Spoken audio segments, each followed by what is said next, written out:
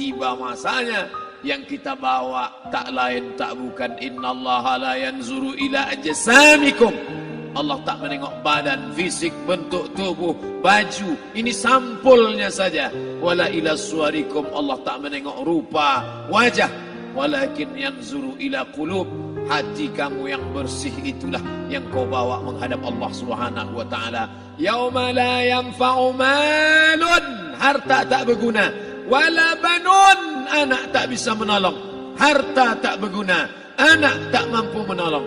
Illa man atallah, kecuali orang yang datang menghadap Allah biqalbin salim, dengan hati yang bersih, hati yang tulus, hati yang memercikkan cahaya iman, hati yang bersih dari hasad, busuk hati, sum'ah, riya, takabbur. Itulah yang menolong di hadapan Allah Subhanahu wa taala. Tulang, kulu, kulit, darah, lemak, sumsum akan menjadi santapan cacing tanah. Begitu besok pagi pintu kamar tak bisa diketuk, istri bolak-balik membangunkan tak terjaga, dipegang pipi sudah sejuk macam es batu, tanda jantung tak lagi berdetak, maka darah mulai berubah menjadi nanah, busuk. 1, 2, 3 hari kalau tidak disuntik formalin, jasad paling busuk jasad manusia, karena semua dia makan herbivora, tanaman saja. Tapi kita ini omnivora, semua masuk. Maka begitu mati, paling bagus orang Islam paling cepat dikuburkan. Selesai acara pemakaman, habiskah masalah, muncul masalah baru. Disitulah kita baru sadar. Apa kata Imam Ali radhiyallahu an? An-nasu niyam. Semua manusia waktu hidup itu tidur. Bapak tidur, ibu tidur, saya tidur. Semua orang waktu hidup itu tidur. Falamma matu, ketika dia mati, disitulah dia baru terjaga dari tidur panjang. Saat Israel mencabut nyawa, ditarikkannya adalah satu centapan yang kuat. Disitulah kita baru terjaga dari tidur panjang. Betapa aku meninggalkan salat, betapa aku tak berzakat, betapa dulu kekuasaan. Aku lulus umur 30, pensiun 58, 28 tahun apapun tak pernah kubuat untuk agama. Sibuk membesarkan anak, sibuk mengurus warisan. Anak pun tak ingat dengan kita, karena kita lupa menanamkan pendidikan agama di dalam otak kepalanya. Andai dulu pernah dia dibawa ke masjid, andai dulu pernah dia dibawa umrah, andai dulu dia dimasukkan SD IT, SMP IT, SMA IT, Islamic Boarding School, dibawa ke masjid, takkan dia lupa mendoakan selesai salat, Rabbil firli wali walidayya warhamhuma kama rabbayani saghira.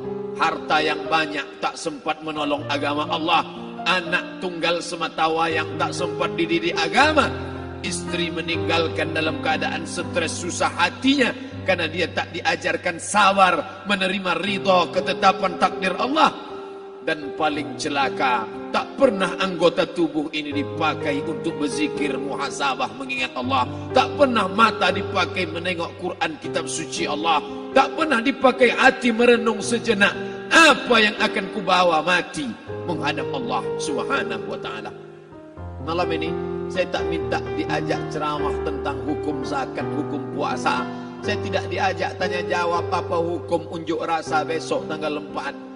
Yang ditanya adalah bagaimana kita merenung sejenak. Abdul Somad, engkau berhadapan dengan para pegawai Badan Pertanahan Nasional Provinsi Riau, berkumpul 12 kabupaten kota. Ini orang-orang ngurus tanah, dari dalam tanah naik ke atas tanah, ngurus tanah, ngurus tanah, ngurus tanah, masuk ke dalam tanah. Abdul Somad dari dalam tanah naik ke atas tanah, ceramah, masuk balik ke dalam tanah. Yang kau bawa apa? Baju koko tinggal, peci tinggal, pakaian kehormatan tinggal. Yang tentara belum pernah saya diundang. Ustadz besok datang takziah, bapak tentara meninggal, tahu kain kafannya loreng. Tak ada. yang kau bawa kain tidak berjahit, disobek, kerak. Itu yang akan menyampul kulitmu yang selama ini kau dimandikan, dibersihkan oleh ibumu dulu 60 tahun yang lalu. Sampai masanya kau lupa kapan kau dimandikan dulu. Sekarang ruh melihat, disebut dia ruh karena dia raha ya ruhu ruh, seperti aroma semerbak yang datang pergi hinggap. Ruh sampai masanya dia datang masuk ke dalam jasad. Ruh sampai masanya dia pergi meninggalkan jasad.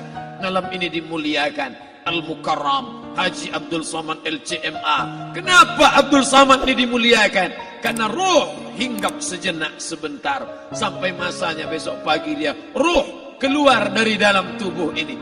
Anak yang katanya ayahku sayang, istri katanya kaulah abang, sampai masanya mereka tak lagi mau mendekat. Rumah itu saya yang buat, saya yang mengukurnya. Tapi begitu ruh sudah keluar dari badan, tidak satu pun semeter, sesenti, sejengkal, seasta ada tempat di rumah itu untuk jenazah bernama jenazah Abdul Somad. Dulu orang bertanya, rumah Ustadz Somad di mana?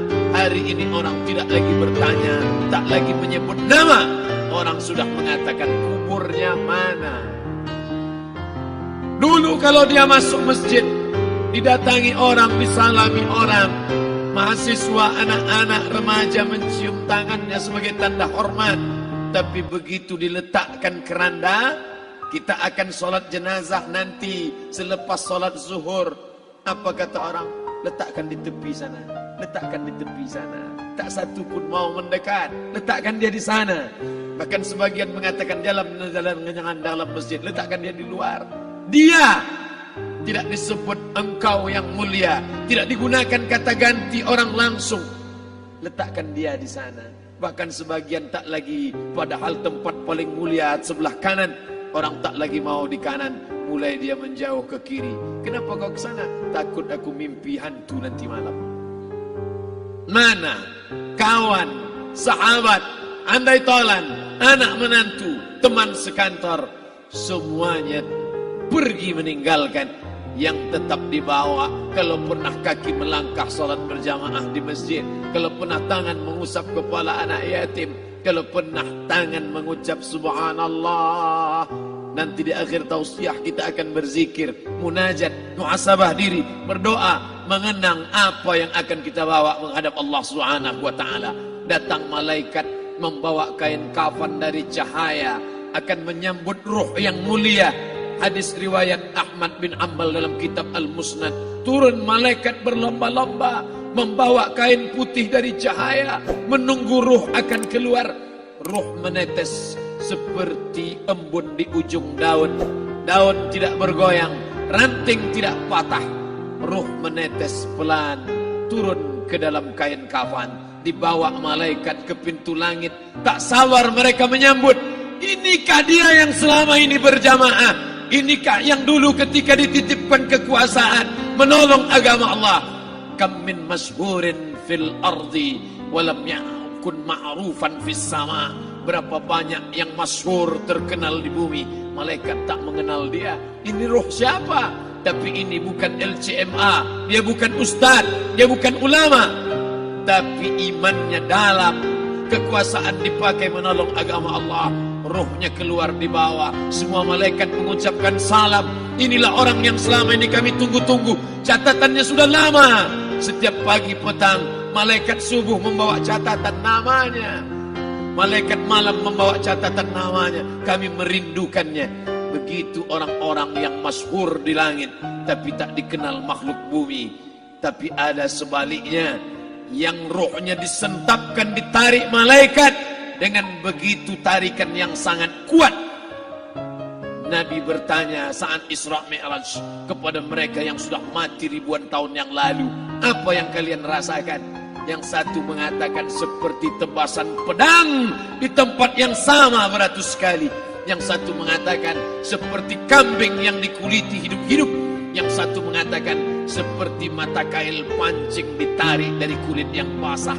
Maka kita berdoa setiap selesai salat, Allahumma hawwin alaina, ringankan kami ya Allah, fi sakaratil maut, di saat sakaratul maut yang amat sangat menyakitkan itu. Dan mereka yang pergi tak pernah kembali, mereka yang mati tak pernah bercerita kecuali hanya kepada Sayyidina wa Maulana Muhammad sallallahu alaihi wasallam. Di saat malam pertama di tempat yang gelap, di tempat yang tak pernah diimpikan oleh orang, tapi kita tetap melewati dan merasakannya.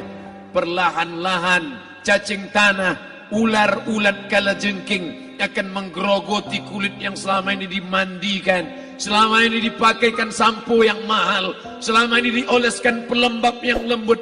Tapi ternyata sebelum roh keluar jasad, setelah keluar, dia hanya akan menjadi santapan cacing tanah, hancur berkeping hari demi hari. Yang pertama kali membusuk adalah mata, karena dia berisi cairan. Cairan ini mengering, busuk dan berlubang. Lalu kemudian usus sebulan di dalam tanah, mulai dia menggelembung masuk angin dan dia meletus pecah. Cacing-cacing tanah mulai datang menggerogoti, memakan. Habis lemak, tulang, kulit, bulu, sumsum, darah, jantung, empedu, limpa, buah pinggang. Habis semuanya, tinggal tulang-tulang yang memutih, dimakan oleh tanah, ditelan oleh massa, sampai akhirnya Asi bin Wa'il membawa tulang yang kering itu kepada Nabi Muhammad, baginda Sayyidina wa Maulana Muhammad. Ya Muhammad, ayuhyi rabbuka hadzal izam, sanggupkah Tuhanmu menghidupkan tulang yang kering ini? Nabi diam tak menjawab, sampai akhirnya datang Jibril alaihi salam membawakan wahyu. Qul, katakan kepada dia. Ayat ini dibaca malam Jumat, Bapak Ibu semua hafal, kita baca. Qul yuhyiha allazi ansha'aha awwala marrah wa huwa bikulli khalqin